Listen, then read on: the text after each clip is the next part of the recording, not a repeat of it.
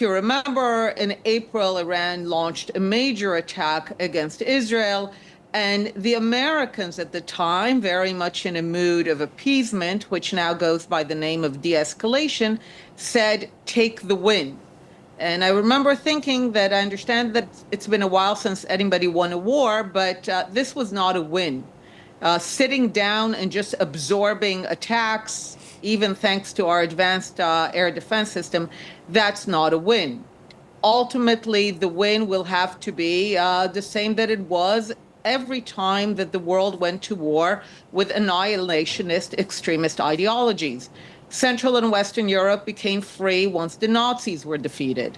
Eastern Europe became free once the Soviets were defeated. And the people of West Asia and the Middle East have the right to also be free. And for that, the ideology of the Ayatollahs, the ideology that says death to Israel, and of course, as you can notice, death to Israel is not exactly a negotiable demand. It's not something that we can discuss and agree to kind of reach a compromise. This ideology has to die, like Nazism, like communism, like Imperial Japan, whether it's a hot war or a cold war, but ultimately the Ayatollah regime could not emerge from this war standing. Okay, so you're suggesting that there will be a retaliation in the response. The concern with that is that that could lead to a full-blown war between Israel and Iran. So far, whatever has happened in the past year, efforts have been made to try and ensure that Iran and Israel don't end up in an all-out war. You're essentially suggesting that the Israeli establishment is okay with that, and you want to press till you can beat Iran and potentially effect a regime change. It's almost the opposite. If you look at history, appeasement has not worked, and de-escalation, the new word, also is not working. So many governments have been so afraid of war that in many ways they actually precipitated it by constantly allowing extremist powers like Hamas, like Hezbollah, like Iran to pay no consequences for their actions, for their buildup. So at one point, you actually have to face the core issue. And the core issue is the extremist ideologies. The Palestinian Hamas ideology that says no Jewish state, the extremist ideology of Hezbollah, the extremist ideology of the Ayatollahs. Those are not ideologies that the world can live with over time. At one point, those ideologies have to be defeated, eradicated, and like Germany, like Japan, the people can then pursue a new course of peace. We deserve all to be free, and we need to be free from ideologies that want nothing than death. Ma'am, the IDF has announced the deaths of 7 soldiers who were killed during fighting in southern Lebanon today. We've seen from the United Nations to the United States very strong calls for ceasefire, saying that, okay, pull back, given the fact that you've been able to eliminate a large part of the Hezbollah leadership, you've been able to turn the tide with all those pager attacks, the explosions, Hezbollah, Iran, both demotivated. At some point in time, the world is urging Israel now to pull back. Oh, they are still very much motivated. They continue to be devoted to their extremist ideology. Again, we have no territorial dispute with the people of Gaza. We have no territorial dispute with Lebanon. We have certainly no territorial dispute with Iran. Their demand, their ideology is death to Israel. And what we've seen in southern Lebanon is the massive buildup of tunnels, of weaponry, in order to carry out an attack that is 100 times that of October 7th. Israelis understand that we were wrong to sit for nearly 2 decades and allow our enemies to build up on our borders, at our doorstep. This is not halfway around the world. This is at our doorstep. They have built capabilities that could kill hundreds of thousands of Israelis. We cannot sit by and allow this to happen. And frankly, the United Nations in particular has been worse than useless. There have been numerous UN resolutions calling on Hezbollah to arm, on the Lebanese army to assume responsibility. They have done nothing When do they start calling for a ceasefire? When Israel is beginning to effectively take action to dismantle the weaponry, the infrastructure of Hezbollah. And by the way, we have a century-long experience. Every time that the Arabs attack the Jews, world powers cave to Arab demands. Whenever the Jews in Israel attack back, suddenly there are hysterical calls for a ceasefire. So really the mood right now in Israel is we're not going to stop until these capabilities no longer exist.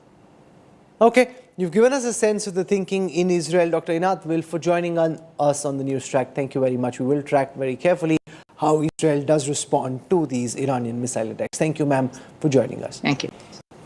Soon after the Iranian missile attacks hit Israel, there was panic on the streets of Tehran. Scared citizens lined up at fuel pumps, fearing an escalation. The supreme leader of Iran continues to be in a safe location, but Iran's Islamic Revolutionary Guard Corps has warned of a bigger response if Israel dares to retaliate.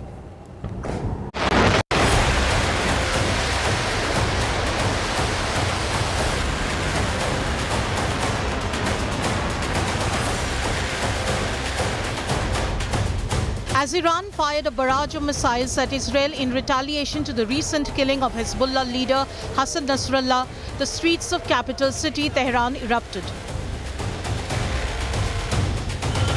People carrying Iranian, Lebanese and Palestinian flags thronged the streets, cheering as news of the missile attack spread. The fact that Iran was able to defend itself, this was a matter of national pride. The Iranian government was under a lot of public opinion pressure to do something about the repeated Israeli attacks. The region is teetering on the edge of a full-blown war, with both sides exchanging threats of further aggression. Iran's supreme leader Ayatollah Ali Khamenei has moved to a secure location. Iran's Army Chief General Mohammad Bagheri declared that if Israel continues its actions, Iran will launch more powerful operations targeting Israeli infrastructure. If the Zionist regime that has gone insane is not contained by America and Europe and intends to continue such crimes or do anything against our sovereignty or territorial integrity, tonight's operation will be repeated with much higher magnitude, and we will hit all their infrastructures. Meanwhile, there is panic among citizens. In Iran, thousands are queuing up for petrol, fearing further disruptions, even as Israel issued a stern warning.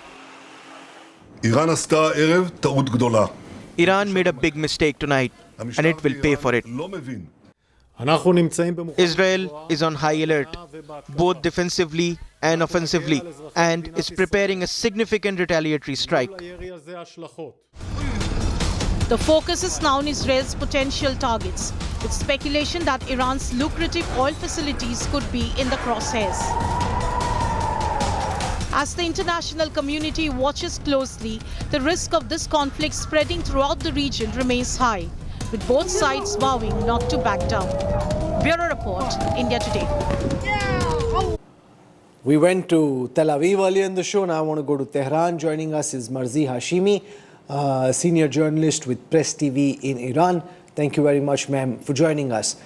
Give us a sense of the thinking in Iran at this time after Tehran fired these 200 plus missiles towards Israel, and Israel has said it is determined to retaliate. Right. Hello. Great to be with you. Actually, 400 supersonic missiles, hypersonic missiles. And I can say of course, last night when it happened, people just came out spontaneously out of their homes or just going to the main squares, or some people just in front of their homes, and some with fireworks. People were very, very happy, passing out sweets, congratulating each other. And today I was out. Everything was very calm, back to normal. But people are happy because they had been waiting for something. It's been very difficult, I think, for people around the world to watch what we've all unfortunately been watching, this genocide for 1 year. and with the Israeli regime, and it just continued to get more aggressive and expand its aggression and its terror campaign. I think Iranians and the Iranians I've all talked to, they were very, very happy. And it's not just Iranians. I got messages from people from all over the world, Muslim, non-Muslims, I think any freedom-loving people, and people who can't stand to see such oppression were all very happy and still are. You're saying Iranians are happy, but what exactly are they happy about? According to the government of Israel, the vast majority of the missiles were intercepted well before they landed anywhere consequential in Israel, and Israel claims that there were 0 casualties from these missile attacks. Well, first of all, the missiles weren't planned. It wasn't trying to cause any casualties in that sense. It was headed towards military installations, military sites, sensitive sites that have been involved in various terror campaigns. You're saying that the Israeli regime and the Israeli officials are saying that most of the missiles were intercepted.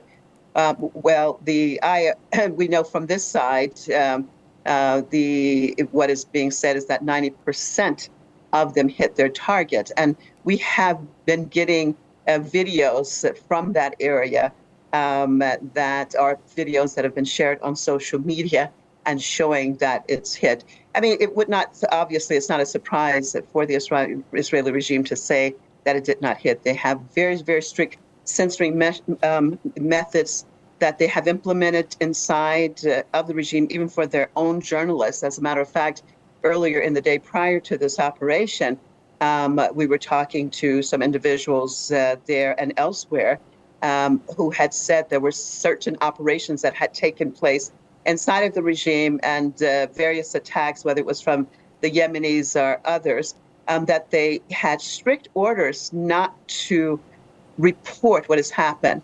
And throughout this year, and as a matter of fact, its whole existence, but especially the last year, we have seen lie after lie told. So, yes, it's not a surprise that Israeli officials said that the majority of the missiles did not hit. What does Iran expect will happen next? How prepared are you for the Israeli retaliation, which Tel Aviv says is coming at a time and place of their choosing? Right. Well, I mean, Iranian officials and the Islamic Republic Guard Force had said yesterday in messages that it was a controlled retaliatory strike to the killing, the assassination of Ismail Haniyeh and Said Hassan Nasrallah and an Iranian commander, Nida Furushan. So it's related to those 3 terrorist attacks particularly. So it was a very limited response. Iran could have definitely responded in a much harsher manner. And what the officials were saying yesterday is that if the Israeli regime decides to attack, that definitely the next time around, the retaliatory attacks will be much worse than what we saw last night. Okay, we have to many understand Israeli that politicians are saying that this is a pivotal moment in the Middle East. They're sensing weakness in the Iranian regime and are seeming quite confident about their ability to force a regime change in Tehran. How do you see this? Well, that's quite interesting. That's a very interesting comment to come after the day after the night that the Islamic Republic of Iran has carried out these attacks on the Israeli regime. There are those that may think that Iran has become weak, but I can guarantee you there are very few, especially for people who understand from a strategic perspective and from a military perspective. We know that Israel always tried to show that it was invincible, and it created this aura along with the Western hegemonic front that supports it, that it's untouchable. It's so powerful. And of course, it is because they continue to send more and more weapons, equipment, and money to the regime, even in the middle of this genocide. But at the same time, we saw and we continue to see various parts of the resistance movement hitting the Israeli regime from Yemen to Iraq, Lebanon, and of course, we saw the major attack on Iran. So, no, I don't think that Iran is weak. And I think the majority of the world today is seeing that as proof. And as far as the government in Iran or the system being overthrown, this is something, a narrative that has been played out since 1979, since the victory of the Islamic Revolution in Iran, when they were saying back then it won't last 6 months. Well, now it's been 46 years, and I can definitely say that the people inside of the country and those outside of the country supported have never been prouder than they were tonight. Marzi Hashemi, for joining me from Tehran, thank you very much. So you've heard the perspective from Tel Aviv, you've now heard the perspective from Tehran. We'll track this story as dispassionately as we can. We're the only Indian channel with journalists on the ground covering this from the battlefield. We're slipping into a break. When we come back, I'll bring you that exclusive interview with BJP's senior leader, RSS functionary and party's key strategist for Jammu and Kashmir, Ram Madhav. This interview is special because this is the first time Ram Madhav is speaking since 2020, when all organizational responsibilities were taken away from him. He was politically rehabilitated just a few weeks before the Jammu and Kashmir elections. He's been working behind the scenes there. The timing of this interview, interesting, coming as it does just before the 8th of October, which is when counting will happen. And one of the things he says is that the game in Kashmir will begin once counting ends. Elections conclude elsewhere with counting. He says the battle in Jammu and Kashmir will start once the counting is done with. Ram Madhav, exclusive. First time since the end of his political exile. Coming up on the other side of a very quick break. Don't miss this big India Today exclusive.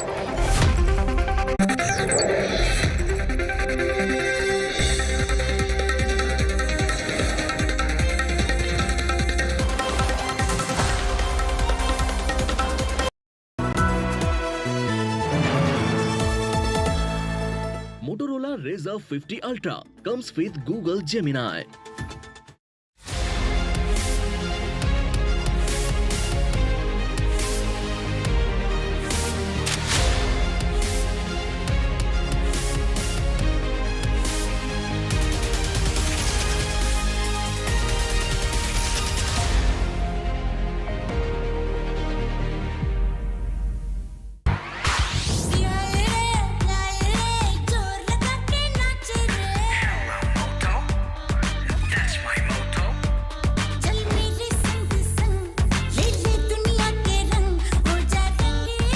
Rangila Re with Motorola's incredible range of smartphones. Hello, Moto.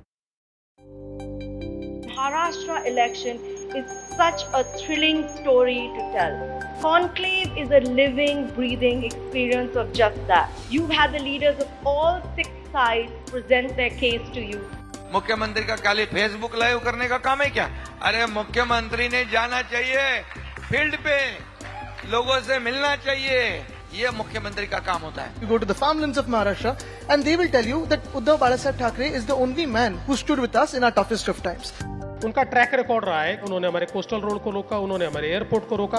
तो रोकने का उनका एक experience है. हालांकि उनकी सरकार आने वाले नहीं. Real issue is joblessness. This government has failed to create jobs. I wanted to stand by a 83-year-old man who believed in something, and I was not going to cow down to a bully. ये बगावत वगैरह कुछ नहीं की. अभी वो जो issue हुआ है उसको 1 साल हो के गया. वो बार बार उठाने की कोई जरूरत नहीं है. We hope that we've done our job well, so you can choose well.